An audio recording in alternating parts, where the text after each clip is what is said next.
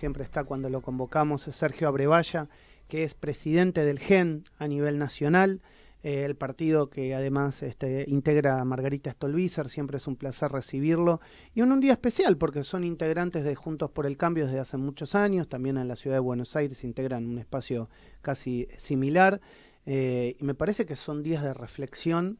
Y bueno, charlar con él y reflexionar con él y preguntarle su posición y la posición del partido amerita el día de hoy. Sergio, un placer recibirte siempre. No, gracias a vos por invitarnos. Bueno, tu reflexión de lo que pasó el domingo, primero a nivel electoral. Bueno, varias cosas. Primero hay que hacer yo empiezo por ahí, ¿no? Hay mentes que empiezan por la autocrítica.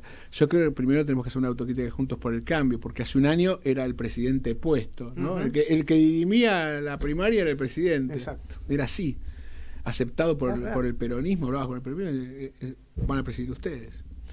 Así que se ve que hicimos muchas cosas mal, o algunos hicieron algunas cosas mal. Eso es la primera parte. Hay que hacer un proceso de autocrítica Juntos por el Cambio que revise qué pasó con las peleas o los boicots externos. Me parece que esto hay que verlo. Segundo, un análisis de Massa, de su capacidad de reconstruir el voto que había tenido por lo menos Scioli. Alberto Fernández había sacado un poco más, pero bueno, por lo menos hasta Scioli. Y que estaba muy golpeado ese voto, y que estaba por mudarse a Milei, no daba esa apariencia. Y luego el fenómeno Milei. El fenómeno Milei hay que separarlo de Milei. Para nosotros Milei es un ser político muy autoritario, que no cree en el sistema democrático, esto lo ha dicho de muchas formas, no cree en las instituciones, pero eso que yo creo de Milei, estoy convencido que es así. Por otro lado, tiene el 30% de la sociedad que lo ha votado, y que no lo ha votado porque sea antidemocrática. Yo no creo que eso sea cierto. Creo que está muy enojada con la política argentina, con 40 años de faltas y de fallas, y que no le hemos mejorado la vida, y que encontró en Milei al único que postulaba eso para la gente, ¿no? Genuinamente. Así que tenemos que evaluar eso, que hay un 30% de la población que, hay que decir esto, en las encuestas de los últimos 10 años, entre el cuarto, entre el sexto y el octavo ario, el octavo del décimo, por ahí, no me acuerdo bien, ya tenías un 20 consolidado. Claro. Es decir, esto ya viene hace tiempo, está aumentado en el último tramo de la pandemia y de esta economía inflacionaria, y con vistas a aumentar, porque es decir, ahí las proyecciones daban otro número, quiere decir que el enojo es muy grande, y además con un candidato tan antidemocrático que igual lo votan, ¿no?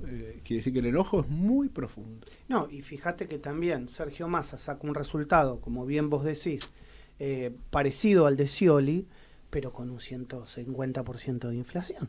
Uno de los países de mayor inflación del mundo. Tal cual. Por eso lo destacaba, una cosa rarísima. Evidentemente ha hecho todo bien desde el sentido del resultado, ¿no? Porque la verdad que es criticable todas las medidas económicas que ha tomado en el último tiempo. Mientras el Estado está recontrafundido, aumenta el déficit sin problema, 24 cuotas sin interés en provincia para ganar la provincia. Exacto. Es el modelo de dependencia del Estado in extremis, ¿no? Y después toma medidas que parecen productivistas, pero por 30 días, como la del dólar exportador. La verdad que Massa es menos confiable que un vendedor de autos usados en ese sentido. ¿Y ahí cómo van a...? Por perdón del vendedor de autos usados. Si querés te pregunto de dos formas distintas, ¿no? Claro, está claro. Por un lado el GEN y por el otro lado Sergio Abrevaya. ¿Cómo te paras frente al resultado, digamos, cómo quedó el panorama electoral? ¿Qué van a hacer ahora en el balotaje? Ustedes igual sacaron un comunicado, pero lo queremos escuchar de vos. Mirá, nosotros no vamos a apoyar a ningún candidato. El GEN tiene todas sus fichas puestas, o puso todas sus fichas en la organización política Juntos por el Cambio, así que fuimos con Larreta por su postura productivista y de diálogo y de mediano a largo plazo, así para decirlo en síntesis. Perdió, y no tardamos un segundo en sostener a Patricia Bullrich, porque esas son las reglas. Vos perdés, y además no teníamos una objeción personal con Patricia, a quien tratamos hace años y sabemos que es honesta, cree lo que cree, no lo compartíamos, nada más. Así que inmediatamente nos pusimos a disposición y trabajamos por Patricia. Al perder Patricia, la organización política perdió. Así que no disputa la presidencial. Si no disputa presidencial y el balotaje, que es un mecanismo de la Constitución, resuelve una mayor legitimidad para el que gana, lo hace con el votante, no con la organización política que perdió. Entiendo. Claro. ¿Qué hace la organización política que perdió? En este caso, esta organización política tiene una curiosidad, porque no, es la segunda cómoda, si no la primera en algunas cosas, de representación pública en la Argentina. Tiene 10 gobernadores puros de Juntos por el Cambio y una capacidad incluso de aumentar eso, y tiene más de 1/3 del Congreso, así que tiene que ocupar su lugar, que dicho de manera democrática sería de gobernabilidad de la Argentina que viene, porque marcará lo que está mal desde la oposición y le dará consenso a aquello que está bien en la emergencia argentina, digamos. Así que el Juntos por el Cambio tiene que asumir ese rol y esperar que el votante decida a quién votar. Es un tema aparte. Si alguno particularmente entre Juntos por el Cambio quiere apoyar personalmente, que lo haga después de que Juntos por el Cambio dejen claro públicamente esta situación. Y con esto que pasó con Bullrich ahora y con Macri, digamos, ¿se van a título personal de Juntos por el Cambio? Es una cosa tan fuera de lugar que uno como que tiene que evaluar, tiene que construir la evaluación. Claro, ¿qué haces con un tipo así? Fue tu candidato, los dos candidatos tuyos, los apoyaste por cumplir las reglas y te dice, bueno, pero y no te llamó para decirte, che, ¿qué hacemos en conjunto? Bueno, no nos llamó ni para avisarnos que iba a ser la conferencia de prensa. Nosotros nos enteramos por la prensa que iba a existir, porque la prensa empezó a avisar antes, va a existir la conferencia de prensa. Tremendo. Sé que además en el PRO se enteraron porque ya estaba convocada en la reunión que tuvieron un poco antes. Es decir, la verdad que una actitud que no esperaba de Patricia, francamente. La espero de Macri, pero no de Patricia. Nos sorprendió muchísimo, nos pareció que está mal. Suponemos que es como irse, porque si vos no abrevás en el conjunto y tomás decisiones sola, entonces no crees en el conjunto. Y hablo de voluntad como partido político, en este caso como representante de un partido político que integró o que integra Juntos por el Cambio, todavía lo integra. Sí, sí, digamos, la intención es seguir en Juntos por el Cambio, aunque 2 o 3 miembros se vayan, es decir, con la Unión Cívica Radical, con la Coalición Cívica, es seguir conformando este espacio. Sí, por supuesto. Nosotros construimos con todos ellos. Me parece que el que se arroga otra cosa es el que tiene el error. El que tiene que explicar también por qué se va. Claro, la lectura de que todos los votantes los votaron a ellos, por eso puede decir a quién le apoya, es una postura errónea, porque su candidatura nos pertenece en el mejor de los sentidos, por supuesto, a todos los que la apoyamos y formamos parte de Juntos por el Cambio, que aceptamos esas reglas y dijimos, la vamos a apoyar aunque perdamos, y la bancamos a muerte, incluso, te diría, más que el propio Macri, porque Macri bastante zancadillas les hizo a Patricia Bullrich misma, claramente. El GEN la bancó sin preguntar, incluso a veces teniendo diferencias con lo que se decía, porque en la hora argentina que vivimos no se puede estar haciendo todo el tiempo peleas y peleas, que volviendo para atrás es una de las autocríticas que hay que hacer. No, y además, a ver, uno no es sonso también, uno se pregunta, ¿cómo puede ser que al día después vos ya te juntaste, Macri ya se juntó con Milei y cerró el acuerdo? Entonces uno tiene que hacerse esta pregunta. ¿Ese acuerdo no existía previamente por detrás de mucha gente de Juntos por el Cambio que no lo sabía? Cuando había tanta pelea durante toda la campaña entre un partido, digamos, un sector y el otro, ¿no es cierto? Yo no tengo dudas de que existía antes. Yo creo que esto viene desde el 2021, cuando ya existió este problema y muchos nos enojamos porque él se juntó con Milei cuando Vidal era candidata y Milei era candidato a diputado. Este es un tema que viene de antes y estoy convencido de que él cerró cuando ya se vio claramente que Milei podía ser el que llegaba al balotaje o que ganaba en primera vuelta. Creo que Macri se sentó a negociar, no sé qué, la verdad es que no tengo idea, pero me parece que esto es así y que incluso Patricia se enojó, porque varias veces ustedes recordarán que dijo unos días antes del cierre de campaña. Claro, porque esto era bastante evidente. Por eso me llama la atención lo que hizo Patricia, porque claramente Macri había sintonizado de una manera equivocada, digamos, para lo que es Juntos por el Cambio, por decirlo de una forma. Y ella sufrió la consecuencia, ¿no? Sí, yo, a ver, la consulta es un poco desde tu mirada personal. ¿A qué atribuís, más allá de estas disidencias que había y demás dentro de la propia coalición, a qué atribuís semejante catástrofe? Porque fue una catástrofe. ¿Te referís al resultado de Juntos por el Cambio? No, creo que hay una parte propia, que es la que explica mejor que nadie esto. Una parte propia que está latente desde hace 20 años, que es la incapacidad de construir colectivamente, una dificultad, incapacidad no porque se había superado más, la dificultad sería la palabra para construir colectivamente, y yo estaba seguro, y estoy todavía respecto de los que no han hecho esta definición como Bullrich, que estaba y está ahí, que hay un aprendizaje, que está latente y que hay un aprendizaje de mejora.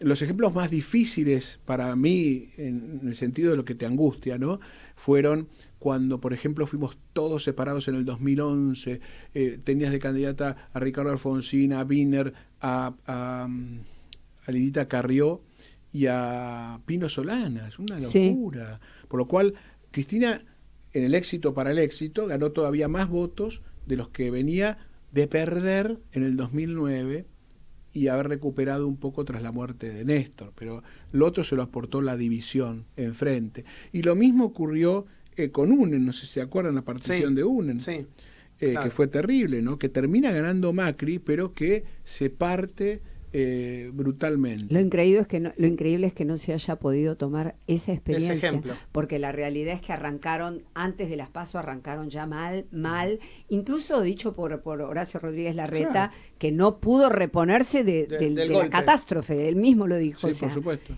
Yo creo que ya de ahí, de arranque. Igual te diría, para ser honesto, ¿no?, mejor que estas dos que conté, porque claro, había una coalición, creo que el que no entendió que no es que las coaliciones, es decir, no entendió el formato, que las coaliciones son eso, son coaliciones, fue claro, Macri, que no lo entendió cuando la formó con Sanz y con Carrió, que rompen UNEN para cerrar con Macri, pero que él cree que es él, y entonces quizás es una formación empresarial y entonces, digo, cultural, gobernó...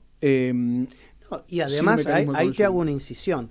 El PRO empieza como un partido local, municipal, si querés, y tiene el poder y el prestigio de Macri detrás de eso, pero después se agrandó en corto periodo de tiempo, si querés, en cuanto a años, se agrandó, y obviamente ya tenés que empezar a escuchar a otros referentes, ya no sos vos, claro, ya son los otros unidos con vos. Cuando entramos en el 2019, tuvimos la primera conversación, lo hicimos por varias razones, porque había parientes, como quien dice ahí, ex primos políticos, pero sobre todo porque se abre el liderazgo. Al perder Macri se abre el liderazgo y hay otros que afloran, como Vidal, como Larreta. Exacto, empiezan a crecer de forma individual. Claro, y eso hace a coalición.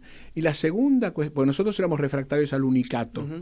Y la segunda cuestión fue que había vuelto Cristina, que para nosotros era la peor catástrofe de Macri había sido esa, porque tenía cosas buenas, cosas malas su gobierno, pero esta era terrible. Entonces nos obligamos a estar en un ambiente mejor, con multiliderazgo. Pero eso te obliga a componer, vos no podés ir solo. ¿Y qué es lo que acaba de pasar otra vez?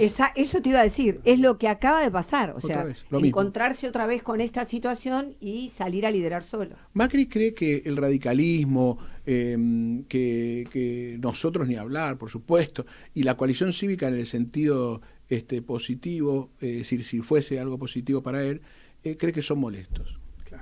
Que le complican la gestión. Que son necesarios, pero son molestos. La aclaración, porque no la hacía bien de la coalición, tiene que ver con eso, por el temor de que Carrió le hiciese críticas, si no le sacaba de la cancha. Claro. Y el radicalismo lo soportaba por la infraestructura que tenía. Pero todo lo que podía lo sacaba de la cancha, y además lo ha dicho muchas veces, se le escapa, ¿viste? Y lo dice. Lo dice como que te complican porque tenés que andar empatando con el progresismo o con pensamientos socialdemócratas, entonces no sirve.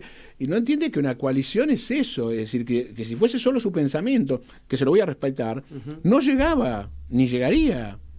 Exacto. Y que los errores de presidente los tuvo justamente por ir solo después. Entonces, ese formato, que es probadamente equivocado y además antiguo, cosa que él debería criticar, lo lleva a ese aislamiento y a esta crisis también, es su aporte, ¿no?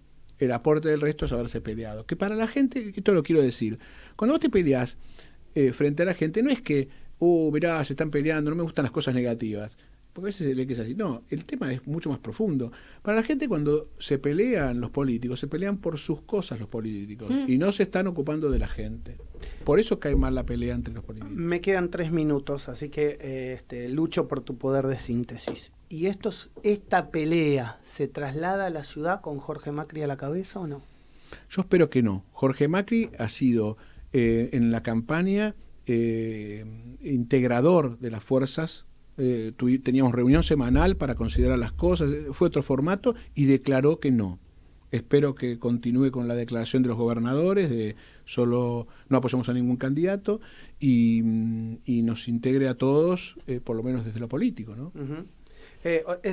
Y en un punto también esta decisión de Santoro de bajarse del balotaje, parece a la vista, digamos, de un periodista correcta porque desmoviliza justamente el aparato en contra de Massa. Esa fue la explicación, ¿eh? Desde que yo supe que estaban conversando eso. Vos fíjate que ahora ustedes, claro, obviamente dicen vamos a apoyar a Jorge Macri como venimos haciéndolo, como digamos, y ahora no hay movilización, claro, en contra de Massa. Desactivó el aparato territorial de voto, digamos, es así.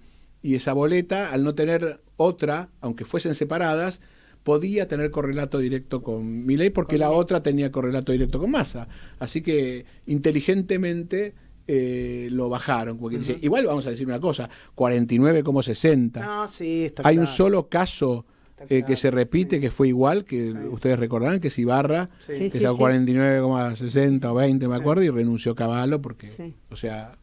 Era lógico. Era lógico. Sergio, siempre es un placer recibirte aquí en mi programa y en Radio Sónica. Sergio Abrevaya, muchas gracias. Es el presidente del GEN Nacional y charló con nosotros en la mañana del arranque.